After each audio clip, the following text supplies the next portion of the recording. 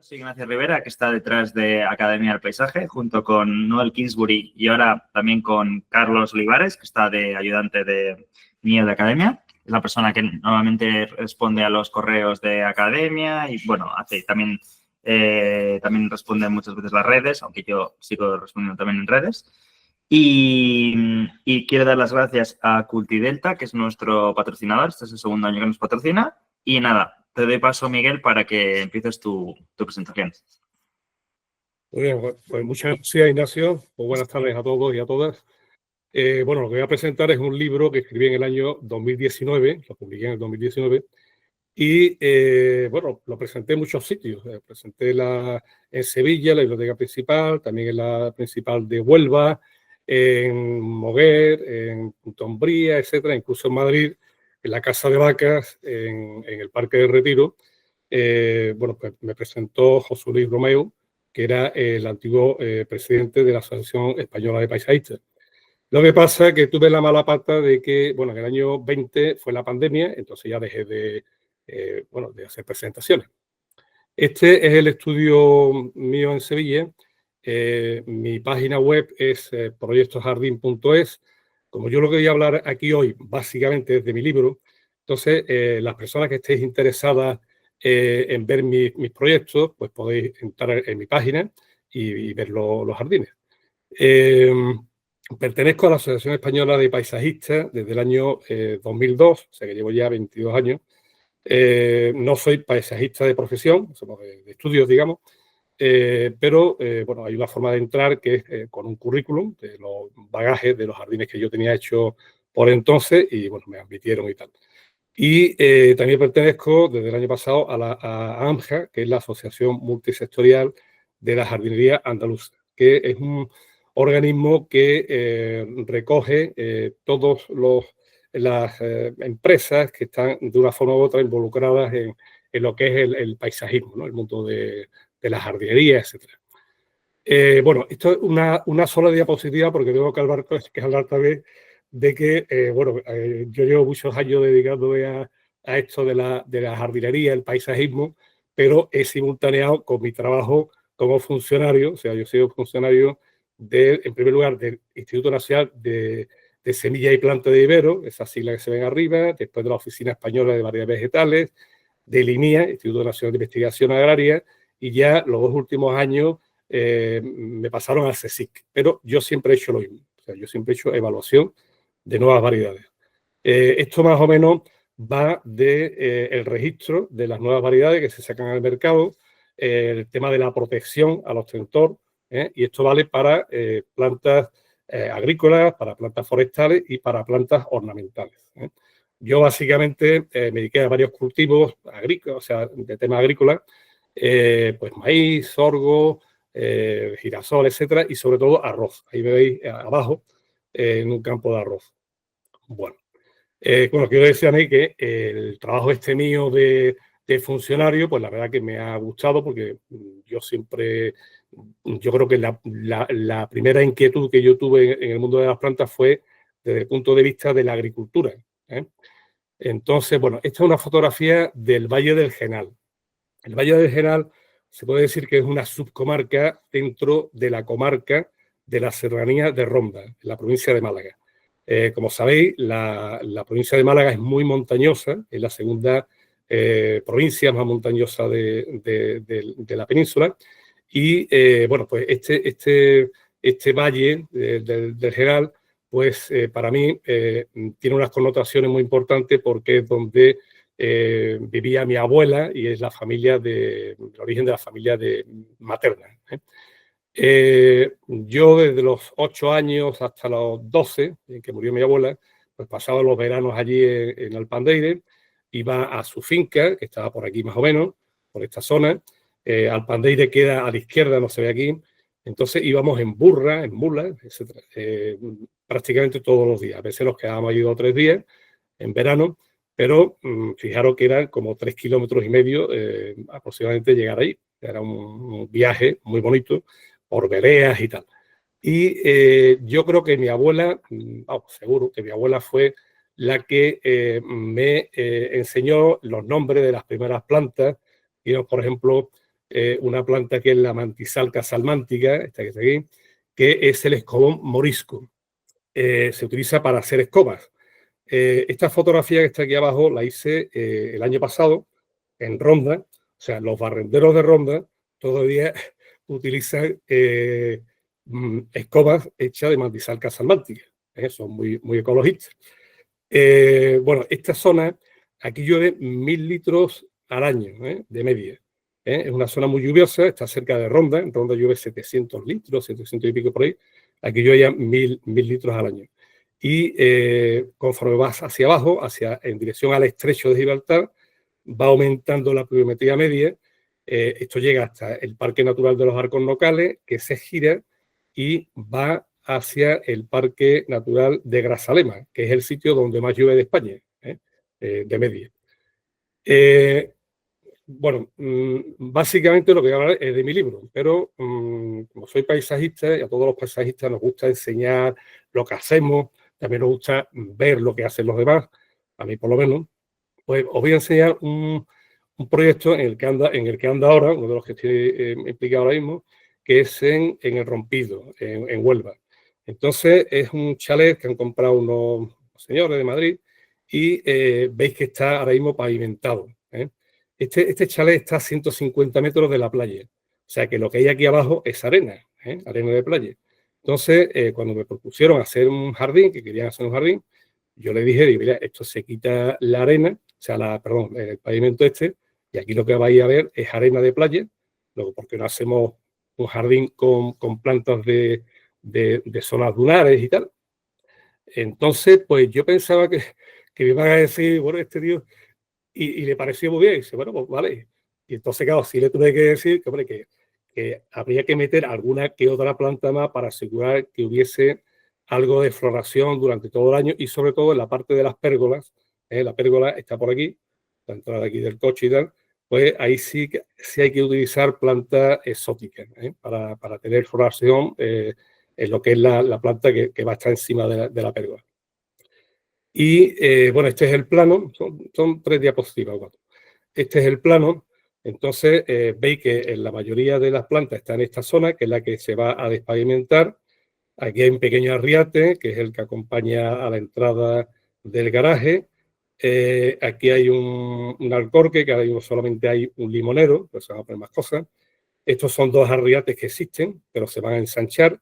Y este arriate no existe y se va a hacer. Este sería el porche delantero, este sería el porche trasero. Este es el grueso del jardín, como digo, y aquí la particularidad de este jardín es que voy a reproducir dunas. O sea que vemos aquí en la fotografía anterior plantas y tal, y una especie aquí de elipsoides o algo así. Esos son dunas. Entonces, bueno, pues las dunas en principio yo las he colocado aquí, pero eso no quita para que yo una vez que haga el replanteo, pues, pues junte algunas dunas. En principio van a ser de 45 centímetros aproximadamente, 40-45, y otras más bajas de 20-25 centímetros. Bueno, si alguien está interesado en preguntarme más sobre esto, pues yo después le respondo. Y en principio vamos a ir a 2 diapositivas más para atrás. Lo que es el muro delantero, veis que es muy bajo, hay un seto de tullas y tal. Entonces esto se va a eliminar, el muro se va a recrecer para que ganen en intimidad. Estas zonas de aquí no puedo subirlas demasiado, sí se va a subir un poquito el muro, pero tengo que poner celosías, que son similares a las que hay aquí, las tengo que poner por aquí para que pase el aire, porque si no hace mucho calor ahí en verano. Y una solución para el muro delantero es que voy a hacer unas troneras o ventanucos, como veis aquí son huecos, esto que está ahí, este par de huecos, este par de huecos, este par de huecos, etcétera. Entonces es con la idea de que salgan por ahí ramas de una planta que es muy típica de zonas de marismas mareales, y ya es una planta de las que voy a meter ahí de esa zona, que es el Limoneastrum monopetalum.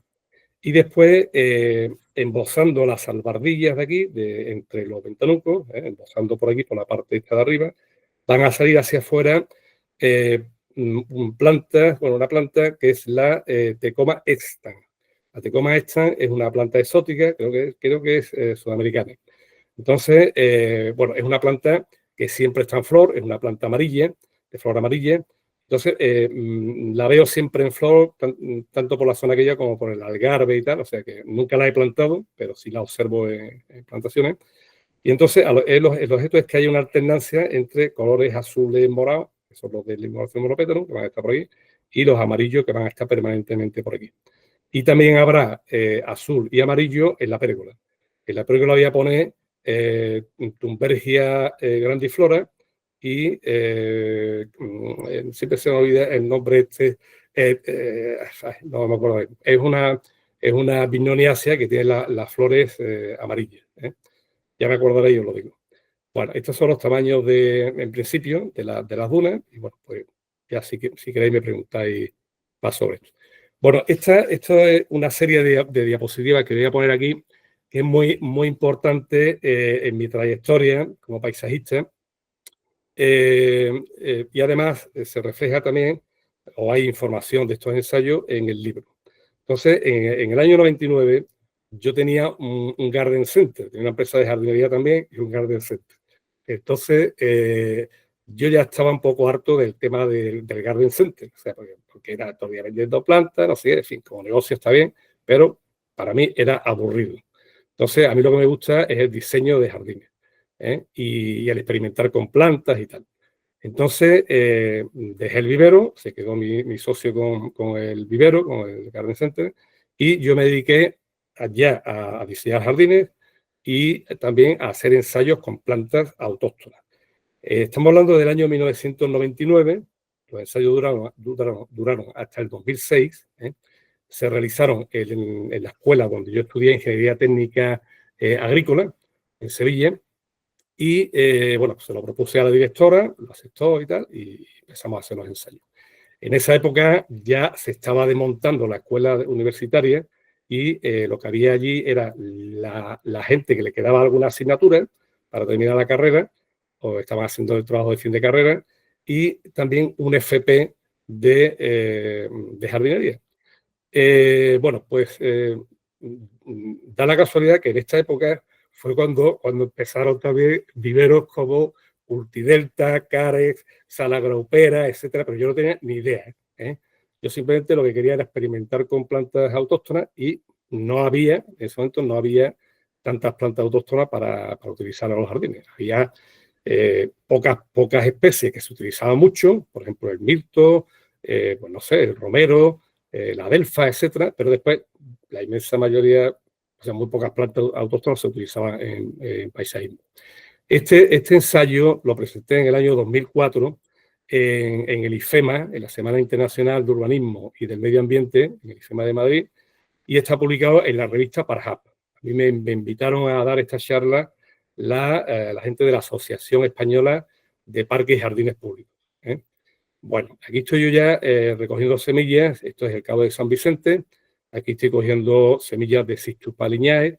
Las semillas de los ensayos provenían del Algarve, de Cádiz, de Huelva, de Málaga y Sevilla, por proximidad. Ya no te vayas a coger semillas de Madrid, que también, pero te vas a las más cercanas.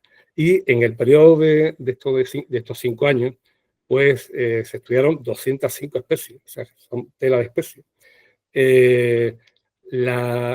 Hubo algunas que solamente se estudió un año porque pilló ya el último año de ensayo, y otras se estudiaron 2, 3, 4 o estuvieron desde el principio. O sea, tenemos más datos. Bueno, esto se hacía pues, de una forma muy científica. Se recolectaban los frutos o las semillas ya directamente, se cribaban, se veían las impurezas, se eliminaban las impurezas, nos quedábamos con las semillas llenas. Bueno, pues hacíamos pruebas de germinación en lo que son las cajas Petri y bueno, y después pues se etiquetaban y se guardaban en frigorífico y todas esas cosas. Y en los meses de octubre, noviembre y diciembre era cuando se hacían bueno, las siembras de estas bandejas forestales y se regaban con microaspersores. Cuando llegaban estos finales de, bueno, en marzo, mediados de marzo, dependiendo de cómo viniese el tiempo y cómo estuviesen las plantas decrecidas, ¿eh? Empezamos ya con los trasplantes. Entonces estábamos trasplantando pues a lo mejor 2 meses, en fin, dependiendo del tamaño de las plantas. Y lo llevamos ya directamente al campo, ahí ya sin umbráculo ni nada, ¿eh? Entonces, en esta época de ensayo, pues ya os he dicho que estudiamos muchísimas especies. Estas especies ahora mismo son muy fáciles de encontrar en los viveros que se dedican a este tipo de plantas autóctonas, pero en esa época no las había, ¿eh? Bueno, pues no me quiero enrollar mucho con esto para no perder tiempo y tal, pero aquí vemos, por ejemplo, Flombis lignitis, vemos Thymus longiflorus, Flombis purpurea, Salvia sclarea, que este año he visto un cultivo enorme de Salvia sclarea por la zona de la Provenza, ¿eh? Bueno, aquí más plantas, en fin. Y esta diapositiva me va a servir para explicar cómo hacíamos los ensayos. Nosotros hacíamos dos réplicas, dos repeticiones. Entonces, lo que es la parcela elemental, la parcela de ensayo elemental, eran 10 metros. Entonces, claro, como era 10 metros de una repetición y 10 metros de otra, eran 20 metros. En total, pues, si la planta iba bien, en el sentido de que había habido buena producción en los alvéolos forestales, pues teníamos 30 plantas a 40 por línea. O sea, que podíamos tener de 60 a 80 plantas por línea. Había algunas que habían salido malamente, a lo mejor teníamos 7 plantas. Pero, bueno, pues cuando había bastante plantas, pues podíamos llegar a tener hasta 80. Con lo cual, es una muestra importante para llegar a resultados, a conclusiones. Vamos a ver, aquí esta fotografía me va a servir para explicar lo que os estaba diciendo. Esta era la parcela elemental, que son 10 metros, y le poníamos un gotero. Entonces, regábamos el primer año, pero a veces, ya incluso a los 2 o 3 meses, si la planta estaba bien crecida, lo que hacíamos es que le poníamos aquí, en medio de este tubo, le poníamos una llave y cerrábamos el paso del agua, con lo cual regábamos medio linio y otro medio linio no se regaba. Con lo cual, veíamos, en primer lugar, pues cómo la planta respondía al riego y cómo respondía al no riego. A veces veíamos que el riego le venía bien, otras veces que el riego le venía fatal, y entonces, pues bueno, pues teníamos ahí una información bastante interesante, porque hay plantas que son tan rústicas, tan salvajes, yo qué sé, podemos decir, que como la rieguen mucho, se le haga echar hojas, se ponen muy largas, se tumban y no echan apenas flores. Por ejemplo, esta que tenemos aquí en la esquina, que es la... ahí no me acuerdo ahora mismo, no se queda más caíma, no me acuerdo ahí. Bueno. Entonces, bueno, este mismo año, que vemos aquí del ensayo, yo ya cogí semillas y las sembré en un jardín que hice en el 2004. O sea que yo muchas plantas de aquí empecé a utilizarlas inmediatamente. Bueno, aquí vemos más plantas, en fin, no me quiero... Esta era la planta que decía de mi abuela, el escobón, que también lo ensayamos, en fin, no quiero extenderme con esto. Bueno, y en el año 2006 tuvimos ya que irnos de allí, porque ya definitivamente la escuela universitaria pasaba a la Universidad de Sevilla. Siempre había sido escuela universitaria, pero era en terreno de la Diputación de Sevilla. Entonces, aquí vemos una gente extraordinaria, que son los profesores de la escuela Joaquín Romero Murube, que era una escuela magnífica, que estaba aquí, al lado del Parque María Luisa, que vemos parte de la escuela, que estaba también junto a la Plaza de España, donde yo trabajaba, tenía la oficina, y en verano, pues por ahí andaba poco, en verano y primavera estaba en el campo, pero en otoño e invierno, pues básicamente estaba aquí en la Plaza de España, en fin, procesando los datos, no sé qué, ¿no? Y venía, cuando iban a tomar café, pues pasaba casi siempre por aquí. Entonces yo siempre humeaba ahí a ver qué es lo que estaban haciendo, porque la verdad que era una escuela muy activa y me encantaba de hablar con los profesores y tal, y siempre pues me llevaba alguna información interesante. Aquí vemos la visita, yo creo que fue el año anterior, el 2004, el 2005, de esta escuela, y era el director, José Manuel Rodríguez Pérez. Y aquí, pues, bueno, profesores María Solí, etcétera. No quiero decir el nombre para no perder tiempo, ¿no? También hice ingeniería técnica forestal en Huelva en el año 85, porque los 4 o 5 primeros años que yo trabajé, lo que os dije del Instituto Nacional de Semillas y Plantas de Vivero, pues a mí en realidad me hacían contrato de 6 meses. Y yo trabajaba de peón, ¿eh? Y bueno, pues aproveché y me empecé con la jardinería, y también otra cosa que inicié fue pues, lo de ingeniería técnica forestal que se estudiaba en Huelva. Entonces, bueno, pues yo iba allí una vez a la semana, no sé qué, no sé cuánto, y sobre todo, gracias, como siempre, a que conoces a gente que se enrolla, y bueno, me pasaban los apuntes, me decían cuando había exámenes, no sé qué, ahí no había teléfonos móviles. Y bueno, entonces resulta que yo ahí, después ya, en el año 2003, 4 o 5, me llamaron para dar alguna charla allí en la Universidad de Huelva. Entonces, en el año 2005 di una charla que se titulaba Flora autóctona del litoral de Huelva para uso paisajístico. Entonces, la profesora, que no me acuerdo cómo se llama, creo que era Eva, le dice, Miguel, dice, tú tienes hecho los 3 cursos, pero tú no tienes hecho el trabajo de fin de carrera, ¿no? Y digo, no hice el trabajo de fin de carrera. Dice, ¿y por qué no tengo tiempo? Y me dice, bueno, pues hazlo ya, porque resulta que la gente de tu promoción, el plazo, para la gente de tu promoción, el plazo se termina este año. O sea, o entrega el trabajo de fin de carrera, o tienes que empezar a estudiar otra vez ingeniero técnico forestal. Y digo, bueno, ¿y yo qué hago? Dice, bueno, pues esto mismo, lo que tú has presentado aquí de flora autóctona del litoral de Huelva, no sé qué, métele más fotos, métele más texto, en fin, y lo entrega, y así es, ¿eh? Y ya me dieron el título. Y ya voy a pasar ya prácticamente al libro. Bueno, quiero decir que ese trabajo en realidad es el embrión del libro del que voy a hablar ahora mismo. Y en el 2010 decido también estudiar el grado de Ingeniería Agrícola, porque ya se podía hacer en Sevilla. Entonces me convalidaban todo, excepto 2 asignaturas, tuve que hacer una de segundo y otra de cuarto, y tuve que presentar un trabajo de fin de grado. Y ahora digo, bueno, ¿qué hago? ¿Trabajo de fin de grado? Pues digo, pues voy a coger el trabajo de fin de carrera de forestales, lo arreglo un poquito, lo entrego y ya me dan el título. Pero, ¿qué va? Resulta que el profesor que me llevó el estudio, pues lo que es en fin, el trabajo de fin de grado, pues se ilusionó más con esto que yo, José Antonio Mejía. Y entonces, pues, en fin, nos pusimos, venga, Miguel, no sé qué, que en fin, me exprimió al máximo. Y bueno, entregué este trabajo de fin de grado, y de ahí viene el libro, ¿eh? Ya estamos aquí con la portada del libro. Aquí vemos, este sería el itinerario número 8, que muestra lagunas y praderas. Entonces, ¿cuáles son los elementos diferenciales de esta guía con respecto a otras? Pues es una guía que realmente es guiada, es decir, se hace a través de itinerarios botánicos que se sabe dónde empiezan y dónde terminan. Que no es la clásica guía que dice, bueno, guía de plantas de Europa, no sé, guía de plantas de España, no sé qué, o de la península. Y toma la guía y búscate tú la vida viendo las plantas. Esto es una guía que se sabe pues, dónde se inicia el camino, dónde termina, y además te va diciendo qué vegetación y qué plantas puede ir viendo a lo largo de los distintos tramos del itinerario.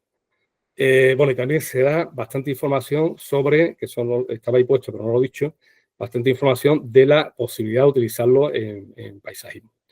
Los bloques principales del libro pues son las unidades paisajísticas, que viene a ser más o menos como las unidades ambientales, ecosistemas, pero yo le digo unidades paisajísticas porque yo no soy botánico y me encuentro más cómodo definiendo eso como unidad paisajística, que es lo que yo veo, ¿eh? Veo las plantas, la textura, los colores, las épocas de floración, etcétera, pero no entro ya en el tema botánico. Después también los itinerarios botánicos. Cuando yo describo las unidades paisajísticas, que son 15 las que meto en el libro. Describo los itinerarios botánicos, lo que se puede ver los itinerarios botánicos, son 8. Y después el tercer bloque son fichas de plantas. Hay 180 fichas de plantas, que ahora veremos los epígrafes de las fichas. Bueno, esta es la situación de los itinerarios. Hay 4 en en lo que es el litoral de Huelva oriental, sería esta zona de aquí, y 4 en el litoral occidental. No me he querido meter por aquí porque esta zona ya está con muchas urbanizaciones y eso más complicado. Me he ido a esta zona que es menos habitada y sobre todo ya, no digamos, esta zona de Mazagón a Matalascañas y ya no digamos tampoco desde Matalascañas hacia Sanlúcar. Lo que pasa es que de Matalascañas a Sanlúcar, eso ya es el Parque Nacional de Doñana. Entonces, claro, aquí no puedes hacer un itinerario, meterte por ahí porque eso está vigilado, eso está controlado. Lo que sí es cierto es que hay un itinerario, que es este de aquí del Sendero Dunar, que muestro dunas, o sea, lo que es el sistema eólico de dunas, con toda su complejidad, dunas primarias, secundarias, y es muy bonito y se puede entrar por aquí. Te vas por la playa y entras en el itinerario y no hay problema de horario.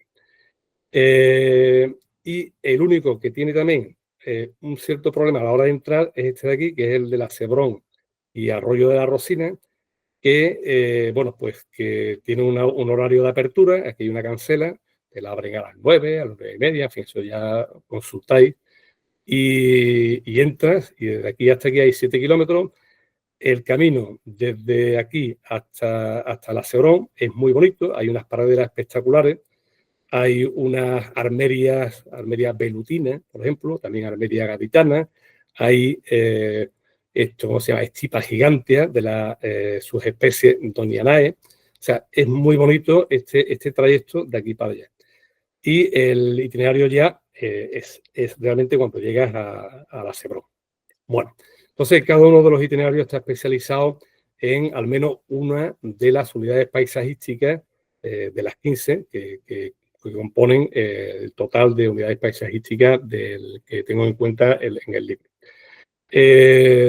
Unas tienen una, otras tienen dos, otras tienen tres y otras que tienen bastantes unidades, como en las 7, que es muy rica en unidades paisajísticas y en flora. Bueno, esta zona, sin enrollarme mucho con el tema este de botánica, sí tengo que decir que esto es un sector botánico que le llaman onubo algarviense. Entonces, el onubo algarviense, o sea, lo que es el onubo onubense, esto va desde Sanlúcar hasta Punta Umbría y el algarviense desde Punta Umbría hasta el Cabo de San Vicente. Entonces, parece que no, pero bueno, hay muchísimas plantas en común, pero después tienen sus plantas particulares en esos sectores. En esta zona de aquí hay bastantes endemismos. Bueno, ¿qué criterios he seguido para incluir plantas en la guía? En la guía, pues bueno, tengo que acortar, o sea, yo no puedo meter todas las plantas que quiera, porque claro, en el litoral de Huelva puede haber del orden de, no sé, 850, 900 taxones, entre especies, subespecies y tal, pero si yo las meto todas, entonces ya serían tres tomos, ¿no? No sería un tomo, ya perdería la esencia de hacer una guía que sea cómoda, en fin, que sea un solo objeto, un solo libro, y que, bueno, que sea, en fin, más manejable. Entonces, le doy prioridad a meter plantas como esta de aquí, por ejemplo, Eryngium maritimum, que son plantas típicas de dunas, o otras plantas que son típicas también de marismas mareales, porque yo considero que los sistemas dunares o eólicos y lo que es las marismas mareales, pues son quizás los dos ecosistemas más relevantes del litoral, más propios. Después incluyo también aquellas plantas que tienen una relevancia paisajística importante, como es, por ejemplo, los pinares. Entonces, hay pinares por todos lados, tengo que meter el pino. También incluso el eucalipto. El eucalipto, nos guste o no nos guste o lo que sea, pero el eucalipto es importante visualmente, ya va siendo menos, van quitando eucalipto en la zona del litoral de Huelva. Meto también plantas que son endémicas. Esta, por ejemplo, es súper endémica.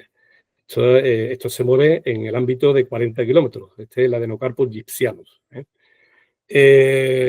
Meto otras plantas que a lo mejor son más comunes, la carna índica, o sea, la carna arundodonas, que bueno, es una planta exótica, se sabe que viene pues, de la zona de Asia, de la India puede ser, pero que ha acompañado al ser humano desde hace muchísimos años, yo creo que desde antes de que se estableciera la agricultura, el ser humano se llevaría rizomas de esta planta para, si tenía que establecerse un tiempo en algún sitio, pues plantaba esta planta porque le iba a dar caña pues, para hacer instrumentos musicales, para incluso, a lo mejor, pues no sé, lo que son armas, para hacer pequeñas construcciones, etcétera, en fin.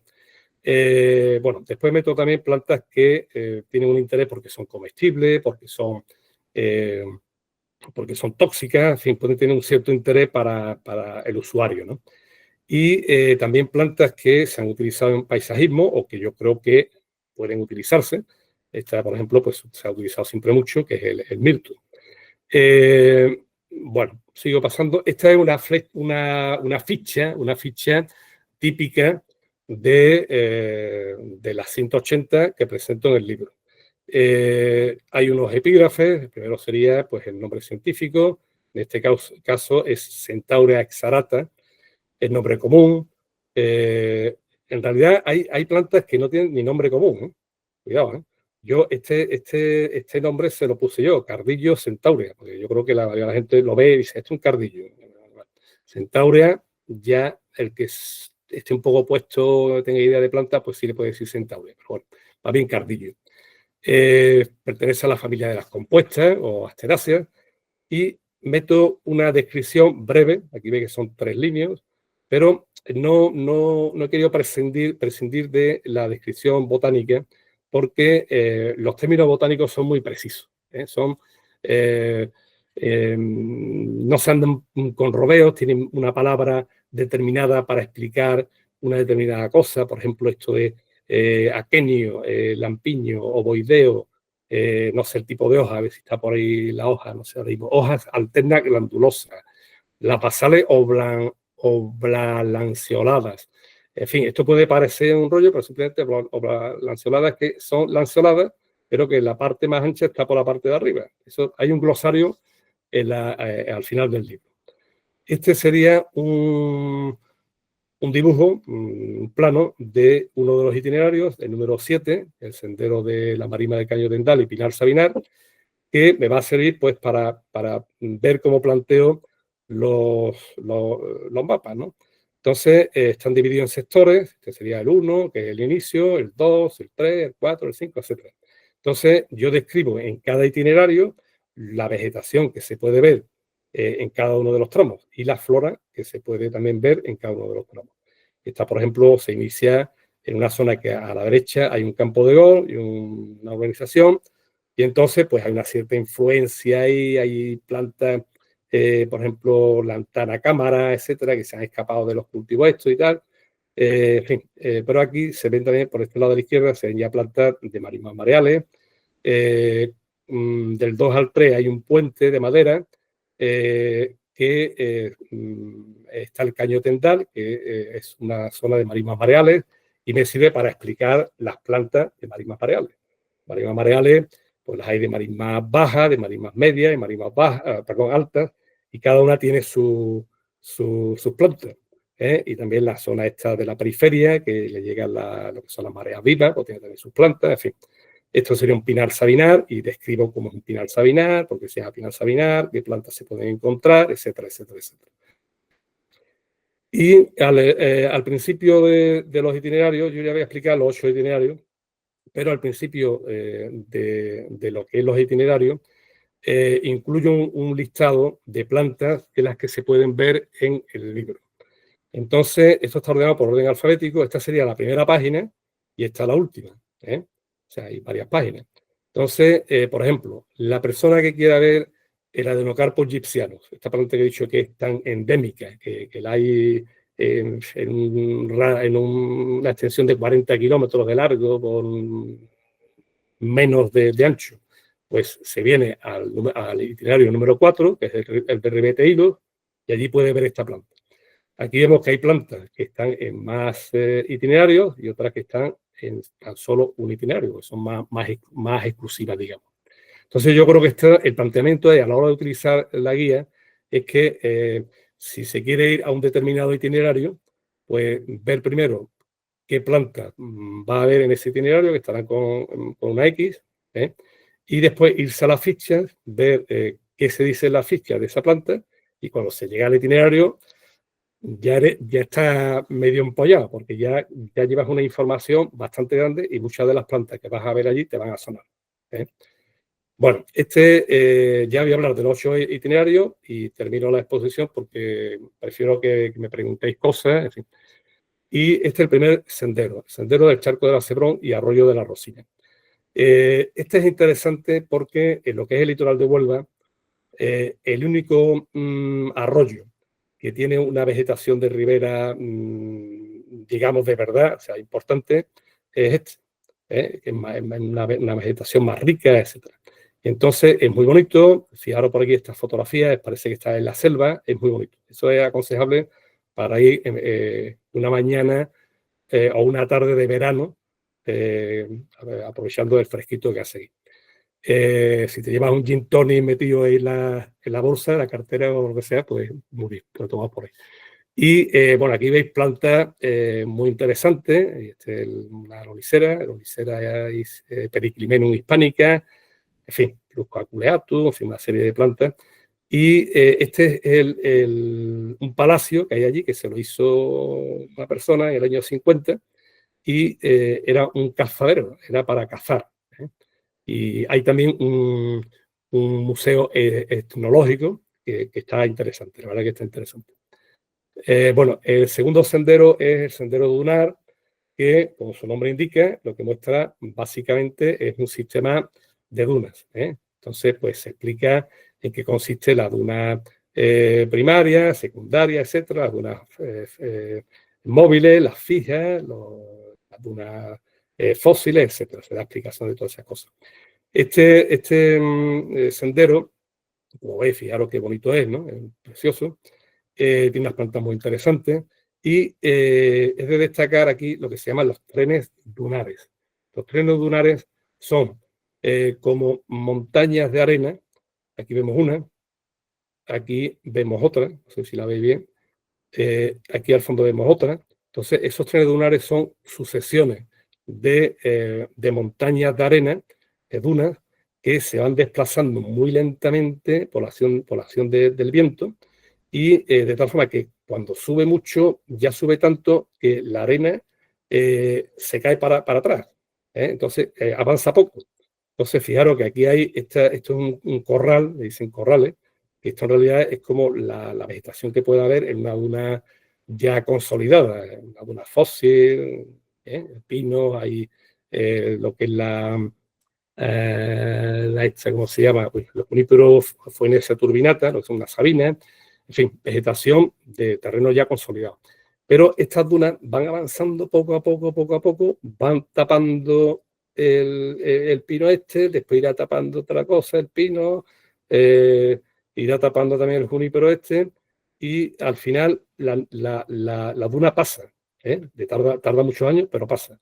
Y después, cuando ha pasado, lo que se ven son palos secos, los restos de los pinos. Los pinos ya sin hoja, por supuesto, ni los va a tener ya. Y entonces eso le dicen las cruces. O sea, allí hay una terminología en esa zona muy, muy interesante. Otro sendero, el de Cuesta de Maneli, este es muy bonito. Os tengo que decir una cosa, voy a pasar a la siguiente diapositiva. Esto se quemó en el año 2017. Entonces hubo un incendio enorme desde la zona de Mazagón, pues hasta aquí, hasta Cuesta de Maneli, más o menos. Se quemaron, no sé, 11.000 hectáreas, 12.000 o por ahí, una barbaridad. Y bueno, pues yo ya tenía hecho de lo que era el grado, el trabajo de fin de grado, tenía hecho ya desarrollado, digamos, el itinerario. Entonces estuve dudando si quitarlo de en medio, pero lo pensé mejor y digo, lo voy a dejar porque es un documento y vamos a ver cómo va evolucionando una vez después del incendio, cómo va evolucionando Cuesta de Maneli. Y bueno, pues y efectivamente, todas estas pasarelas de madera que se quemaron, los pinos de luego han quedado poquísimos pinos, bueno, pues está rebrotando muchísimas cosas. Hay plantas, yo voy de vez en cuando ahí, no mucho, no tengo tiempo la verdad, pero sí voy de vez en cuando, Y, por ejemplo, la Camarina, el Corrimalbu, que es muy bonita, es un elemento atlántico. O sea, porque la zona de Huelva, el litoral de Huelva, la vegetación es más que nada mediterránea, pero hay algunos elementos atlánticos, algunos elementos florísticos atlánticos. Entonces, esta es la Coremalbum, que además estas bolitas se comen, y son muy bonitas, tienen estas fórmulas así como cúpulas. Y bueno, pues estas son de las plantas que van metiendo, que han resistido el fuego y van saliendo. También le pasa igual a esta, a los iris lanceolate. Y bueno, y esta también, este es un tipo de Citisu, el Citisu grandiflorus, creo que es una subespecie que hay, que no me acuerdo ahora mismo el nombre, pero que es de allí también, de la zona esta del litoral de Huelva. Y otra cosa importante, muy bonita, es esto, lo que son los acantilados. Cuando terminas de pasar por aquí, de estas pasarelas, llegas al mar, y hay unos acantilados que es muy curioso porque se ven estratos de antiguas turberas. En fin, una cosa geológica muy, muy curiosa, que si después estáis interesados algunos en saber cómo es que se ve aquí estas turberas, pues me lo preguntáis. Y el sendero de Ribetehilos es un sendero, este es el cuarto, que está especializado, digamos, o lo más relevante ahí sería que hay turberas.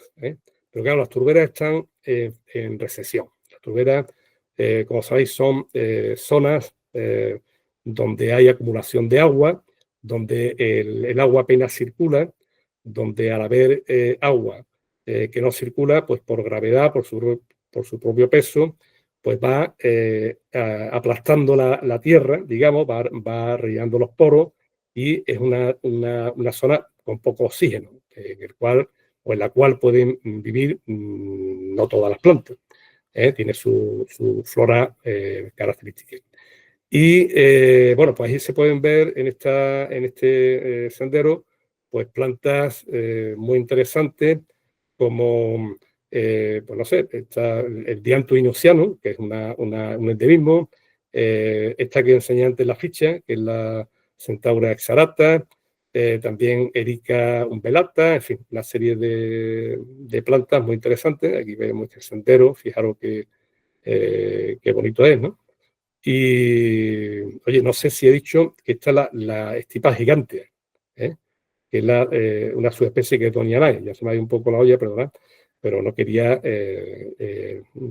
pasar sin decirlo. Si lo digo 2 veces, bueno, pues tampoco pasa nada. Y el sendero de los generales de Punta Umbría, este es el quinto, que está en el paraje natural de los generales, está cerca de Punta Umbría. Y allí lo que hay, la planta, hombre, más característica es el enebro, el Junípero macrocarpa, que estuvo también en recesión. Estaba muy sectorizado o muy sectorizadas las poblaciones, o sea, que había una población por aquí, había otra población por la zona de la laguna del Portil, otra por la zona del Rompido. En fin, se hizo un estudio y eso sirvió como base para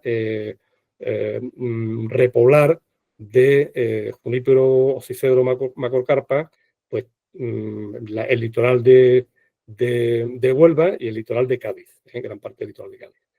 Y bueno, pues aquí vamos a ver plantas muy, muy curiosas. A mí me gusta mucho las manchas que hay de romero. Los romerales aquí son muy bonitos, yendo ya desde la parte de los nebrales hacia la playa. Son muy bonitos. Aquí vemos, por ejemplo, un tomillo, que es el Thymus carnosus, que es también un elemento atlántico del suroeste de la península, que va desde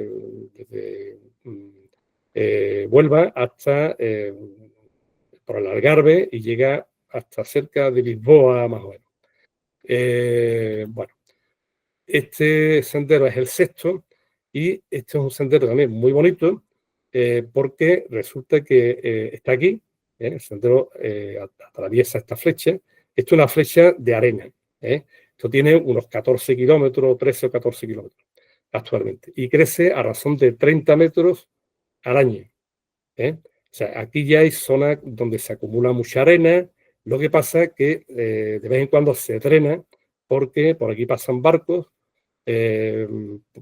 porque hay varios pantanales de barcos, deportivos, de pesca, etcétera, y se tiene esto abierto porque ahora mismo interesa tenerlo abierto.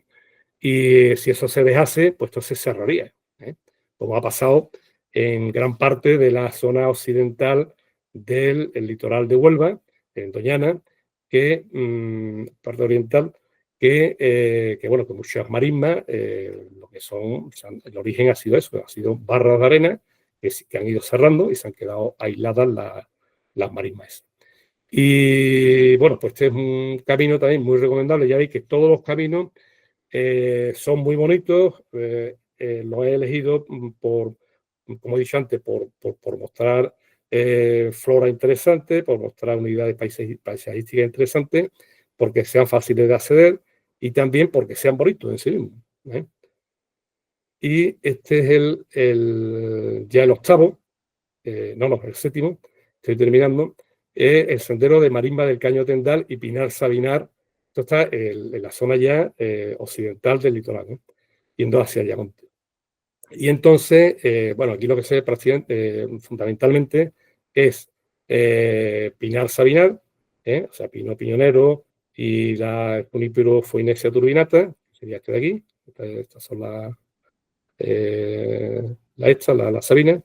Y aquí vemos ramas de sabina, es de la familia como sabéis, de la familia de las cupresáceas, del ciprés, y tiene las hojas imbricadas sobre las ramas, las ramillas estas, y que se diferencian de las del enebro, que también es un junípero, pero tiene hojas en punta, hojas aciculares, que también son las mismas que tiene esta cuando son plantas pequeñas, ¿eh? Pero en el junípero Oxycedrum aquacarpa perduran toda la vida. Y bueno, pues aquí vemos más plantas, retama blanca, en fin, este también es un verbascum giganteum, de una subespecie que hay por allí, que ahora mismo no recuerdo el nombre de la subespecie, y que es muy bonito, y llega a tener hasta 2 metros de altura, y es muy interesante. Y después, pues aquí otras plantas pues, que podemos ver por ahí, pues Monopétalus, Almeria gaditana, Artemis marítima, etcétera. Y ya el último sendero es el de la Laguna de Lancón, en el que trato de mostrar lagunas, plantas que viven en lagunas, las describo en el libro, vienen en las fichas, y también praderas, tanto praderas de zonas húmedas, que están aquí en la orla de estas lagunas, como de praderas secas, que están en las partes más altas, fuera de la influencia de las lagunas, ¿eh? Luego, para ver plantas de pradera, este itinerario es muy interesante. Aquí vemos el Claudio Marisco, este de aquí, que este año lo he visto en el Jardín Botánico de Barcelona. A la salida del Jardín Botánico de Barcelona hay un estanque y estaba esta planta. Y bueno, también otras plantas más. Y aquí vemos la parte de arriba, vemos plantas de pradera que son más de zonas secas, que estas de aquí abajo, que son de zonas húmedas. Coexisten las praderas húmedas con las secas, pero la seca la vamos a ver en la parte alta y la húmeda en la parte baja, donde se forman esas lagunas. A veces duran mucho tiempo porque ha llovido mucho y otras veces pues duran poco. Y ya para terminar, simplemente hacer como una especie de resumen de que allí en el litoral de Huelva contamos con árboles, contamos con arbustos grandes, el cornoque, el tamarix, el gálica y el africana. También en la Laguna de las Madres, que eso no está en el itinerario, hay también el tamarix canariense. Y en fin, plantas muy interesantes, no serían arbustos grandes, todo esto viene en el libro, en las fichas.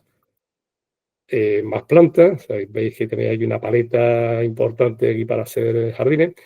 Eso sí, el litoral de Huelva es mayormente de pH ácido, eso sí. Lo que pasa es que hay plantas que son indiferentes al pH, otras que no, otras que quieren pH ácido. Por ejemplo, esta, la retama loca, es indiferente. Está la retama, está la, ¿cómo se llama? Está aquí, bueno, aquí no está ahora mismo. Por ejemplo, el lentisco, que hay mucho lentisco por ahí, es indiferente también al pH, en fin. Pero, sobre todo, el pH ha sido lo que hay por ahí.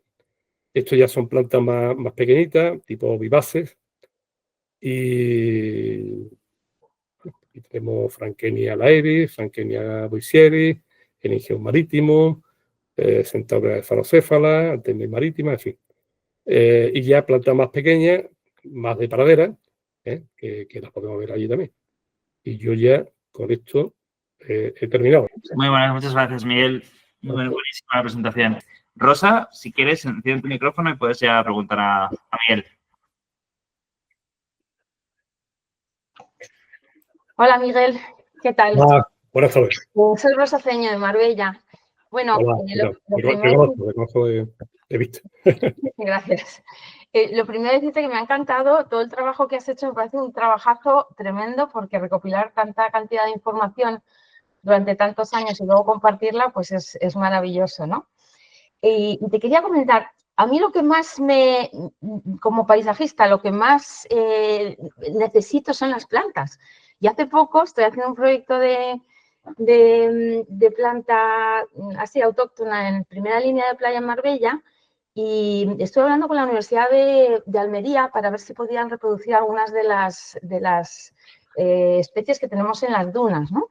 Y al final siempre, sí, se prestaron, sí, podemos hacer una colaboración siempre que yo les dé como una lista de las especies que yo quiera, pero tarda prácticamente un año. O sea, es un tiempo que a lo mejor yo no tengo, a lo mejor yo tengo que plantar dentro de 2 o 3 meses, ¿no? Y la planta que hay en los viveros de otras partes, de otras regiones de España, no siempre es la nuestra autóctona. Hay alguna que sí, pero no toda. Entonces, mi pregunta es, ¿y dónde encontramos estas plantas tan útiles y tan nuestras, ¿no? Aquí en Andalucía. Bueno, yo es que viveros de plantas de estas de dunas, como la para el jardín este que os he puesto y tal, yo algunas sí la hay, hombre, porque verá, lo que yo digo es que los sistemas dunares generalmente no son sistemas puros. O sea, siempre se te cuela un lentisco, se te cuela un Citrus crispus, en fin, que aunque tú hagas un jardín básicamente con plantas de duna, no queda mal si metes alguna que otra planta que tú ves que realmente, esto ocurre en la naturaleza, se meten. Entonces, ahora, ¿dónde puedes obtener esas plantas de aquí en Andalucía? Las que son de verdad de dunas y tal. Que yo sepa, no hay. No hay vivero. Entonces, ¿qué pasa? Que, claro, si metes, claro, ahí están ya los puristas que dicen, no traigamos, yo qué sé, pues, ¿cómo se llama esto? No sé, cualquier planta de estas mantricarias, o sea, mismo, el Eningeum marítimo, por ejemplo. No lo traigas de Cataluña porque se mezcla con no sé qué, no sé cuánto. No sé, hasta, hombre, alguna diferencia puede haber, ¿no? Pero básicamente será el Eningeum marítimo. O sea que no sé. Claro, hay dos cosas. Una cosa es que tú la hagas, por ejemplo, para un jardín y otra cosa es que tú la utilices para una restauración grande, ¿no? Una zona. Entonces, digamos, yo veo que si tú vas a restaurar una zona grande del litoral, por ejemplo, de la Costa del Sol o lo que sea, hombre, lo ideal sería que se hiciese con material de esa zona, o sea, para no perturbar el tema de la genética, ¿no?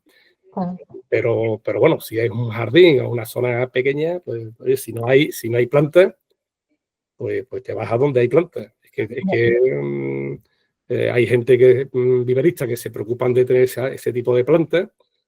Me refiero a los viveros estos de Cataluña y tal, como el patrocinador de aquí, y otro porque no. Y ahora también es cierto que tiene que haber demanda. Claro, es que yo conozco, por ejemplo, un vivero de aquí, de Javier Díaz, que es amigo mío, que es el vivero Sierra Norte, y entonces él se ha metido alguna vez en producir plantas, pero después no le ha dado salida. Por ejemplo, Esmilas áspera, la zarzaparrilla, y ahora se ha tenido que comer la salsa parrilla, o sea, que porque no tenía salida. Lo pone con toda la buena voluntad y dice, bueno, voy a poner salsa parrilla para que la gente se anime y vaya.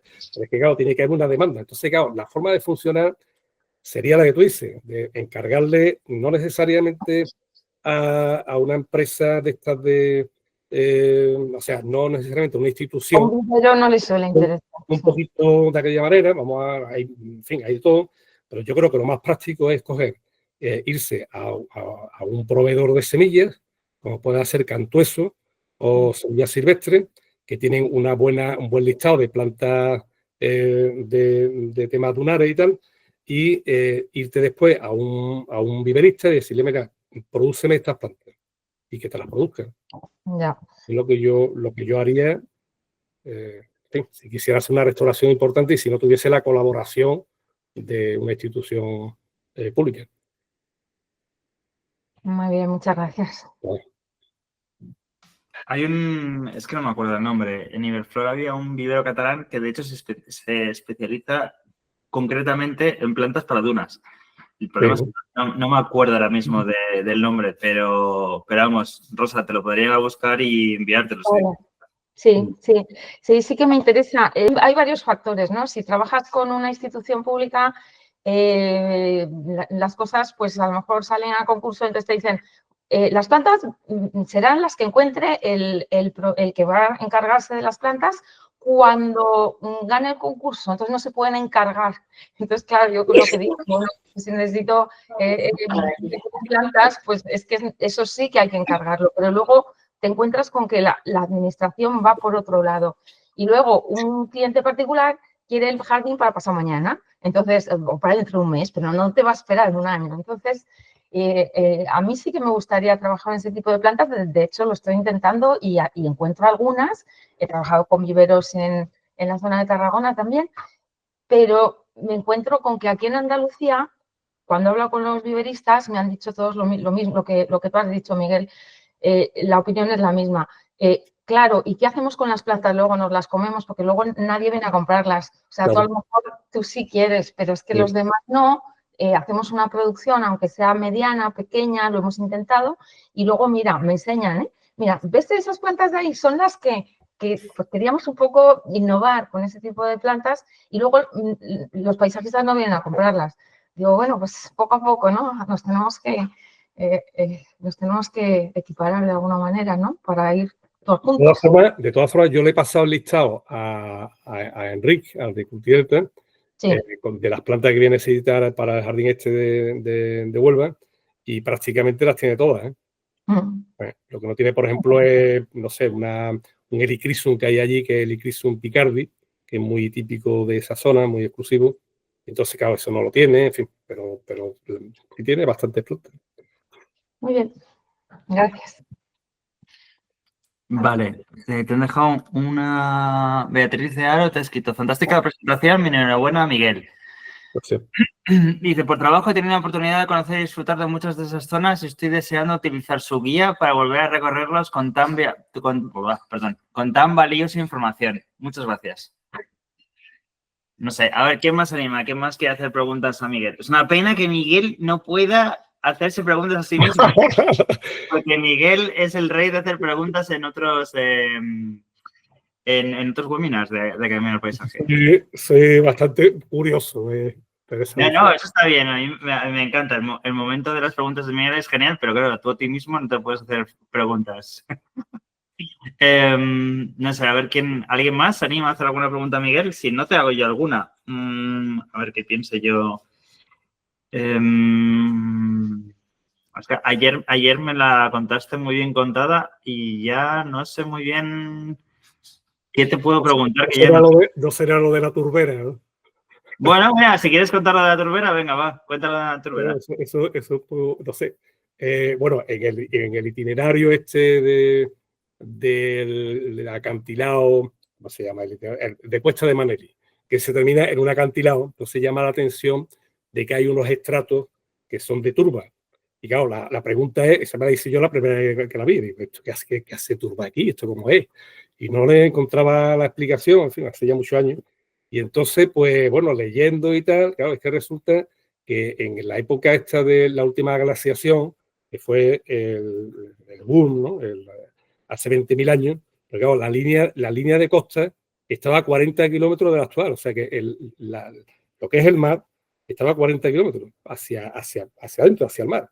Entonces, claro, desde ese mar hacia lo que vemos ahora como acantilado, ahí lo que había era de todo. Ahí había todos los sedimentos que venían de la erosión de las cordilleras estas béticas, no sé cuánto, del limón macizo hercínico, que es lo de la parte esta de Sierra Morena, no sé, en fin, que ahí había una cantidad de elementos ahí. Y claro, pues se crearon también lo que son turberas. Entonces, claro, cuando el mar, después de la desglaciación, va subiendo de nivel, lógicamente va socavando lo que es la masa de tierra, digamos, que hay ahí, que se ha ido acumulando. Entonces va haciendo cortes, y por eso vemos en ese acantilado ese corte transversal y aparece ese estrato negro que corresponde a una turbera que obviamente era una turbera grande, ¿no? Y hablando de turbera también, lo que pasa es que ese itinerario no lo he metido, pero es muy bonito, que eso si vais por ahí podéis verlo, que está cerca de Mazagón, que es la Laguna de las Madres. La Laguna de las Madres es una laguna muy interesante, hay mucha planta de ribera y tal, hay como 14 o 15 especies de junco, es una cosa impresionante, hay nenúfares, en fin, y el origen de esa laguna es que había una turbera. Entonces, claro, se liaron a excavar para sacar la turba. Entonces, la explotación fue mayormente los años 60, 70, por ahí. Entonces, sacaron hasta una altura de 20 metros de turba, pero, claro, también a lo ancho. Entonces, es el equivalente a un edificio de 6 plantas. O sea, fijaros el pedazo de boquete que hicieron. Entonces, claro, eso se ha ido rellenando de agua y ahora es una laguna magnífica, que hay muchos pastos, mucho de todo, y es muy bonito. Lo que pasa es que cuando yo hice el libro, yo no sé si ahora habrá algún sendero, pero cuando yo hice el libro no había sendero, entonces claro, yo no voy a meter eso, que es muy interesante, pero si no hay sendero para poder verla bien, pues no, por eso no la metí. Vale, perfecto, Miguel. Muchas gracias por la explicación. Rosa, creo que quiero volver a preguntarte. Miguel, una pequeña pregunta. Cuando reproducíais las semillas, bueno, las plantulas que ya las pasabais en la Universidad de Sevilla al suelo, ¿qué suelo poníais? ¿Era un suelo, el suelo que había allí o reproducíais el suelo de su hábitat habitual? No. El mismo, además es interesante, me va a servir para decir unas cosas. El mismo suelo, es un suelo franco-arcilloso, en fin, que bueno para la agricultura, pero bueno, que no es arenoso ni nada de eso. Y allí plantamos muchas plantas, pero muchas de ellas eran de las plantas típicas que hay en las dunas. Por ejemplo, el Pancratium maritimum se plantó allí y va perfectamente, sin problema. O sea, porque hay plantas que te crees que, como tú en la naturaleza las ves que no avanzan más de 50 o 60 metros hacia el interior, pues dices, esta planta debe ser muy delicada, esto no, no. Yo en mi terraza, por ejemplo, tengo un par de macetas de estas de Pancratium marítimo desde hace ya tiempo, o sea que una planta que va y echa flores, bastante dura. Entonces no simplemente era con lo que venía con el cepillón, y sí le echábamos, es verdad, echábamos un poquito de sustrato de este universal, pero un poquito así alrededor, una cosa testimonial, y ya está. No hacíamos cambio de tierra ni cosas de esta dimensión. Vale. O sea, un suelo mucho más rico que el que tenían en origen, en materia orgánica. Claro, el Pancratium marítimo, eso es prácticamente arena, no, pero que después le ponen una tierra franco-arcillosa, como es el caso de los ensayos estos, y estaba allí más contenta que la más, o sea que no tenía problema. Sí hubo alguna planta, por ejemplo, el Thymus carnosus, recuerdo de que no tiraba. El Thymus carnosus, que es un tomillo que me he referido antes, que es muy de esa zona de Huelva y hacia Lisboa. Entonces, esa planta no fue bien, fue así. Pero claro, para tú comprobar que realmente no va bien, hubieses tenido que trabajar con un número más importante de plantas. Yo creo que esa planta fue una de las especies, creo recordar, que tampoco tuvimos muchas plantas desde el principio. Entonces, claro, tú tienes que tener una muestra importante porque claro, si tú tienes 4 plantas y si las 4 plantas se me han estropeado, pues, al menos se te han estropeado por otra cosa.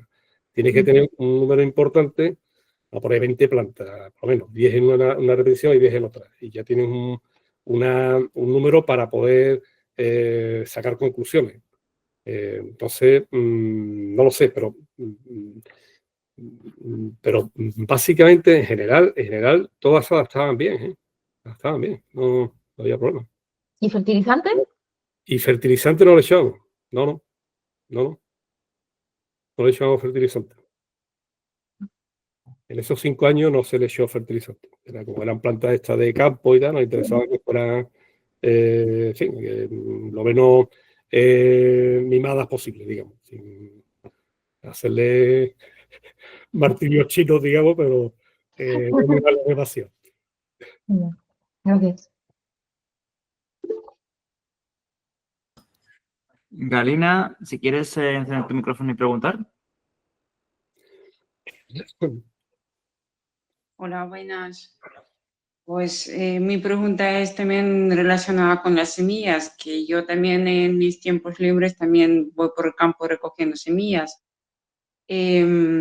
Muchas veces pues tengo mi terraza y las echo, por ejemplo, en las macetas. Digo, a ver si sale algo. Luego a lo mejor me aparece y no sé ni dónde ha salido y qué es lo que ha salido.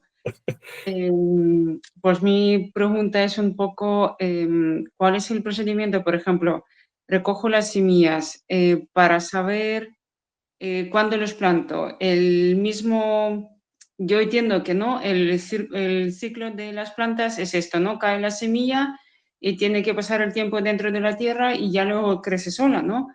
Pero a lo mejor hay algún tipo de procedimiento, a lo mejor dejarlos en el frío, que pasen, digamos que en invierno, que ya donde vivo yo tampoco es que hay mucho frío.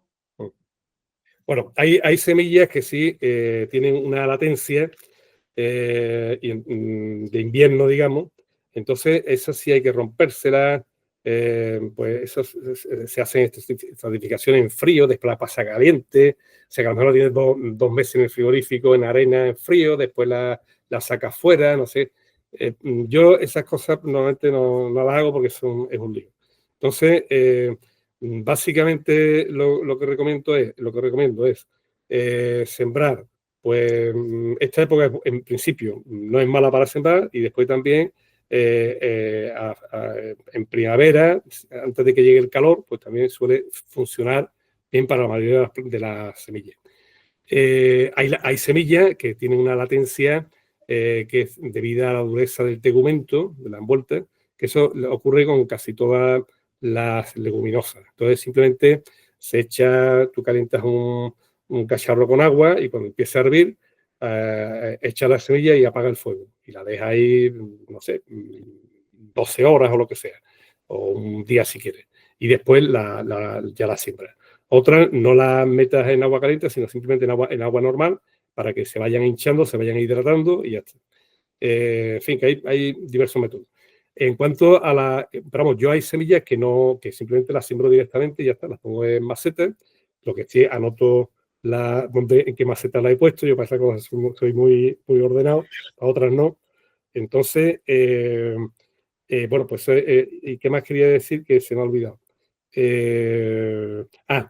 Hay veces que, a mí me pasó también, todas estas cosas son curiosas.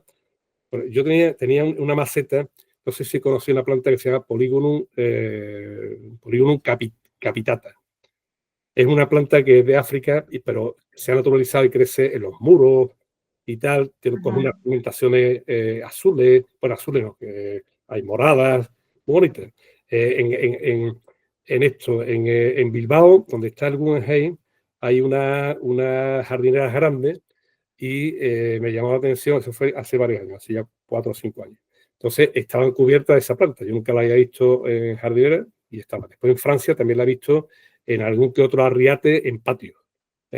Pero yo siempre la he visto en las paredes, que sale y tal. Y sí la he cultivado en maceta en mi terraza. Entonces, como ya la había estudiado ya más que suficientemente, digo, bueno, voy a cogerla, voy a quitar y pongo otra cosa. Entonces, lo que sembré fue espinaca de esta de hoja pequeña. Bueno, porque también me he hecho semillas de las que se puedan comer. Empezaron a salir cantidad de semillas, excepto la de espinaca, porque no sé qué le había pasado a la espinaca y tengo que investigarlo, a ver si es que tiene algún problema. ¿No? Vamos al tema este de la época de... Hay plantas o semillas que tienen su intrínculo y a lo mejor pues no la tienes que sembrar demasiado honda pues para que tenga un poquito de luz, le dé un poquito la luz. Hay cosas que son... Y esa tengo que ensayarlo otra vez. Lo que es de todas formas, tengo que hacer una prueba de germinación. Lo que pasa es que las semillas es que no germinen. O sea, que la voy a meter en una caja Petri y hacer un ensayo de germinación para no volverme loco. O sea, para decir, bueno, pues es que no germina. Y ya está, la tengo ahí y ya está.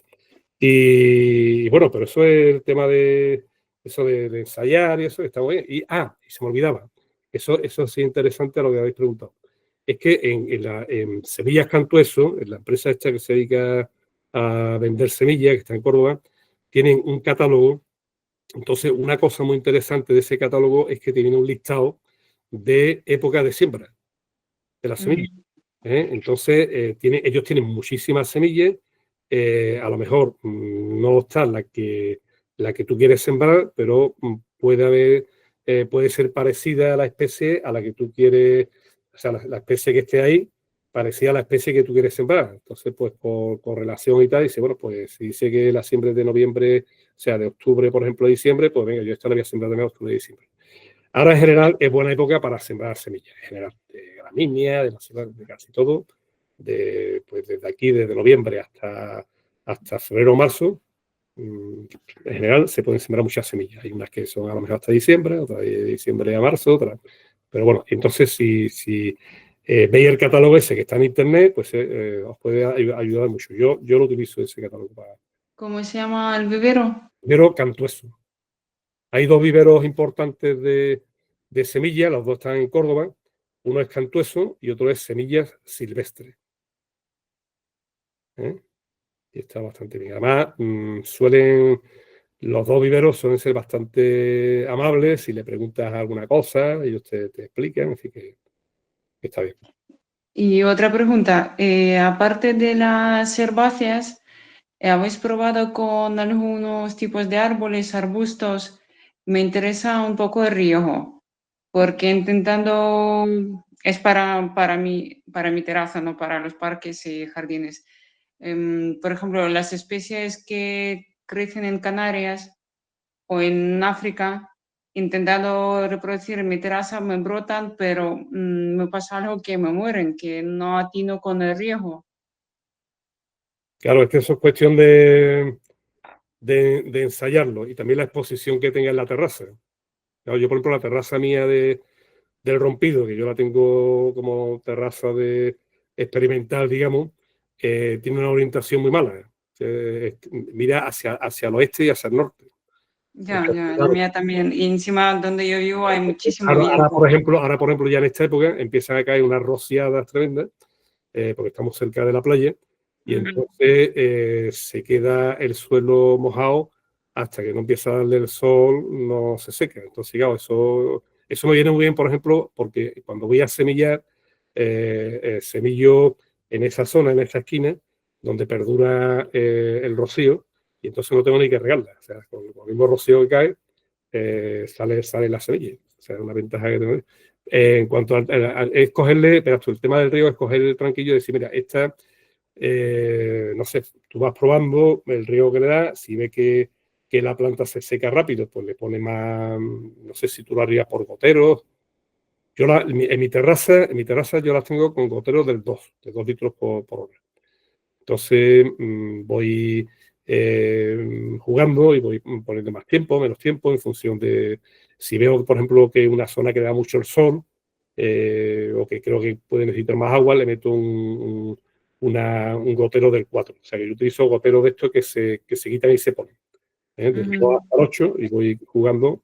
Normalmente los tengo todos en el de 2 litros por hora. Y bueno, pues es cuestión de probar. Es que a mí me pasa igual también. Yo ahí en la terraza, o bien tengo que cambiar la maceta, o bien tengo que cambiar el riego.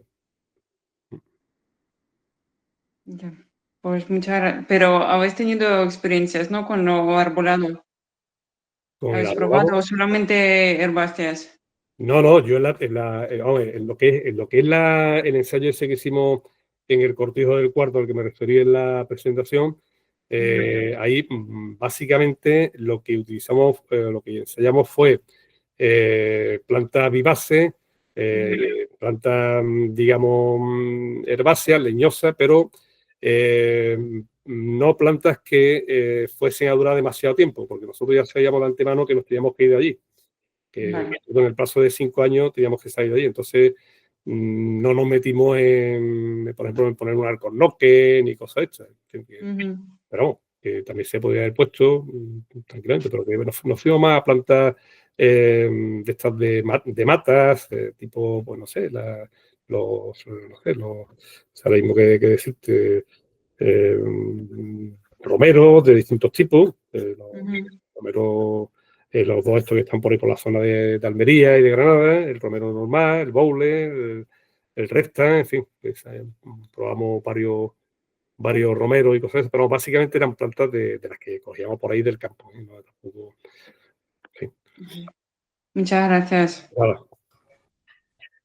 A ver, también a veces que el riego es peor pasarte que quedarte corto. Esto es una cosa que también es mucho más fácil matar una planta por pasarte regando que porque le falta un poco de agua. Así que esto tenerlo en cuenta porque la tendencia general es más a matarlas por ahogarlas que por lo contrario.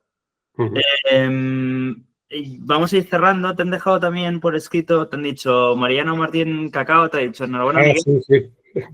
Me alegro mucho de irte, más bien escucharte, ya que siempre es un placer aprender contigo y las especies dunares son apasionantes. Un abrazo. Bueno, Martín Cacao es una persona que sabe mucho. Además, era uno de los profesores de la escuela esta a la que me refería antes. Bueno, pues si me está escuchando todavía por ahí, pues saludos. Vale, y luego te han puesto un par de... Bueno, Leonardo... Espera, Casasola, te han puesto un par de cosas. Te he dicho, cada una de las madres que cree que es privada. Pues posiblemente sea privada, porque como eso se explotó para turba, pues seguramente es privada. ¿eh? Yo creo que sí. Y luego todas las gracias. Lo que pasa, Ignacio, que puede ser también que como una zona sensible, como en laguna, van aves, etcétera, pues a lo mejor tengan cierto control, ¿no? A ver lo que se hace con la laguna y tal, pero yo creo que sí que es privada. Me diga a mí que es privada. Sí. Te da las gracias porque se tiene que ir. No sé qué más. Me he despistado. Yo creo que no hay nada así más. Te iba yo a preguntar algo, de hecho, antes. Si tienes pensado escribir algún otro libro. Esto es una cosa que me quedé yo ayer con las... Pues mira, el tema de los libros es que resulta que eso te lleva una cantidad de tiempo enorme, si lo quieres hacer bien. Y desde el punto de vista económico no es para nada interesante, porque eso no deja dinero. Sí, hombre, te puede dar cierto prestigio, pues una persona que ha escrito un libro y pues algo sabrá de lo que ha escrito, no sé. Pero no sé, no estoy yo por escribir libros. Lo que sí es cierto es que tengo mucho material, porque verás, yo tuve una época que también hacía cursos en itinerarios, por ahí, yo en sitios muy dispares, en el Cerro del Hierro de Sevilla, por el Valle del Genal en la zona de Ronda, el mismo Ronda, el abanico. Una vez, en alguna otra... Sí, algo de eso conté. Entonces, claro, yo de todo eso itinerario, yo tengo datos de las plantas que hay allí, porque yo sé cómo se llama la gente, eso, ahí se puede hacer un libro, claro, obviamente también de itinerario en Andalucía, por ejemplo, de Andalucía occidental, vamos a ponerle, la zona de Málaga es de la Andalucía oriental, del sur de España. Y ya me busco otro itinerario por ahí, por la parte de Granada, lo que sea, para hacerlo, y se podría hacer un libro. Entonces, simplemente itinerario botánico por Andalucía. Bueno, de hecho, el último en que me metí fue, es verdad, empezamos Eso fue justo antes de la pandemia, que además empezamos a hacerlo con el profesor que me llevó el trabajo de fin de grado del grado de Ingeniería Agrícola. Entonces, José Antonio Mejías. Entonces empezamos a hacer un libro, de verdad, empezamos a hacer un libro del Torcal de Antequera. Entonces estuvimos viendo tres años yendo para allá, tenemos cantidad de fotos, tenemos los 2 recorridos principales hechos, o sea que ahí lo que pasa es que hay mucho material, mucha grabación y tal, porque muchas veces a lo mejor está lloviznando y no te puedes poner a escribir, lo grabas y ya está. Y entonces hay mucha información, lo que pasa es que eso potencialmente también hay mucho trabajo. En otra vida, pues a lo mejor puedo escribir, pero bueno, que animo, eso sí, mira, se me ha pasado. Yo escribo, o sea, animo a la gente que viva, por ejemplo, en una determinada zona y que le guste, o sea, que conozca esa zona, las plantas que hay allí, la vegetación, y que se anime a escribir algo parecido a lo que yo he escrito. Por ejemplo, yo he estado recientemente en la Sierra del Albarracín, que hay unas plantas muy chulas, muy bonitas, unos senderos preciosos. Yo he echado de menos un libro como el mío, un libro que tú cojas, te vayas por un sendero y te diga, había por ejemplo un sendero que se llamaba el Sendero de los Maquis, que era precioso, había agua por un lado, agua por el otro. Bueno, mi perra estaba encantada, me hace meterse en el agua, Y entonces allí hay una cantidad de plantas impresionantes que si tú tienes un libro que ponga Sendero de los Maquis y te vaya describiendo las plantas que hay por ahí, que había muchísimas flora, muchísimas, muy rica en flora, pues entonces la verdad sería, pues yo qué sé, yo he estado también por La Garrocha hace poco, por Gerona, sitios muy bonitos, pues me dejaron una persona que escriba un libro sobre el sendero botánico de La Garrocha. O sea, que circunscribí esos libros a ámbitos territoriales no muy grandes, ¿no? Y que al final, aunque te vaya a un ámbito territorial que no es muy grande, sí hay plantas allí que van a estar en muchísimos sitios de los alrededores o de zonas de condiciones similares. O sea, yo eso sí animo a gente que haga estas cosas, la verdad. Me encanta porque les animas, pero tú has tenido bastante, básicamente. No, los animo en el sentido, hombre, de gente que tenga tiempo, que sean también, hombre, más jóvenes, que conozcan la vegetación de la zona, ¿sabes? Y todo eso, ¿no? Entonces, pues... Te ha dejado, perdón, te interrumpo. Te ha dejado también Juan José Fernández Acosta una pregunta. Te ha preguntado si es conveniente aportar sustrato para la plantación en un jardín costero. No sé si sustrato ¿a qué te refieres? ¿A orgánico, a materia, a compost o a este tipo de cosas, ¿no? Vale. Bueno, yo en realidad, la primera experiencia que voy a tener haciendo un jardín con dunas, sobre arena de playa, que es ese que os he enseñado, pues, o sea, que ese va a ser el primer trabajo que voy a hacer en esas condiciones. Entonces, lo que yo tengo pensado a la hora de hacer esas dunas es hacer una cama, digamos, de piedra, una cama de piedra que no sean calizas, porque en general las plantas están, la cal no la aguanta muy bien. Y entre los huecos de esas piedras sí voy a meter sustrato. Voy a meter un poco de sustrato universal, lo meto ahí, para cubrirme en salud. Iré poniendo otra capa, la que sean dunas un poco más altas, otra capa de piedra, le voy echando otra vez los huecos, sustrato universal, digamos, y cuando vaya a plantar la planta, que vendrá con su cepellón, con sustrato, pues la meto y le echaré un poquito de sustrato alrededor. Ahora, después la idea es irla cubriendo de arena, o sea que yo cogeré y le voy echando arena por encima, no toda de golpe, sino que poco a poco, en fin, porque hay plantas que son de duna a duna. O sea, por ejemplo, lo que es a ver si lo digo, la mófila arenaria, es que me sale antes el nombre la mófila arenaria, que es el barrón, la espiga esa, tan típica que sale por ahí en la zona de duna. Esa va creciendo conforme la arena la va cubriendo, va creciendo y va emitiendo raíces, y va creciendo y va metiendo raíces. Entonces, cuando emite raíces, esa raíz lo único que hace es que le sirven de anclaje. Yo creo que poca materia cogerá de por ahí, más que nada es de anclaje y para captar agua. Entonces, bueno, alguna cosa de alimento pillará también entre la arena, no sé. pero que, bueno, también es cierto que la mayoría, que las plantas que comen, sobre todo, anhídrido carbónico, básicamente, o sea, y agua. Entonces, en fin. Entonces, en principio, yo sí le voy a poner un poquito de sustrato a las plantas para asegurarme de que van a ir bien. A lo mejor alguna planta, digo, la voy a plantar directamente en la arena. Yo también la haré, porque además he dado con un cliente que está por la labor, que ha visto ese jardín interesante, y eso es muy importante, ¿eh? Cuando tú das con un cliente tienes que cuidar tú más al cliente. Entonces, o sea, se establece una relación ahí que dice, este que no se me escape, que esté para toda la vida porque entiende lo que estoy haciendo y lo implica y además disfruta del jardín. O sea, no son de los jardines que uno disfruta, de verdad. Vale, pues nada, yo vamos cerrando por hoy. Darte las gracias por la presentación, súper interesante, todo el tema de los, bueno, interesante todo, de tus propuestas de trabajo, de los itinerarios, de toda la investigación que has hecho, muy interesante, la verdad, Miguel.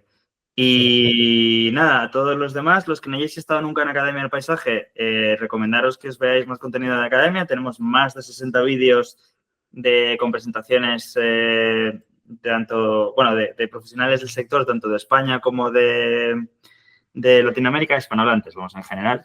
Este año, de hecho, ya tenemos una agenda de varias personas que son, por ejemplo, de Italia y de Francia, que hasta ahora no había salido nadie. Pero vamos, en general del mundo hispanohablante, sobre todo de España y de Latinoamérica, es lo que hemos hecho hasta ahora. Y ya digo, hay un montón de profesionales de un montón de países, todos muy interesantes, muy recomendable de ver. Y luego también animo a los que no estéis suscritos a la newsletter y os haya interesado el contenido, que os suscribáis a la newsletter y estéis un poco al día de lo que nosotros vamos como sacando, de las charlas y bueno, yo creo que es muy interesante. Nosotros mandamos una semanalmente para que un poco estéis al tanto de tanto de qué vídeos han sido, qué cosas vienen más adelante. Bueno, tampoco os quiero marear mucho porque es tarde. Así que nada, daros las gracias a todos. Muchísimas gracias, Miguel. Gracias a vosotros. A todos y a todos. Muchas gracias. Hasta luego. luego. Ahora, encantado. Hasta luego.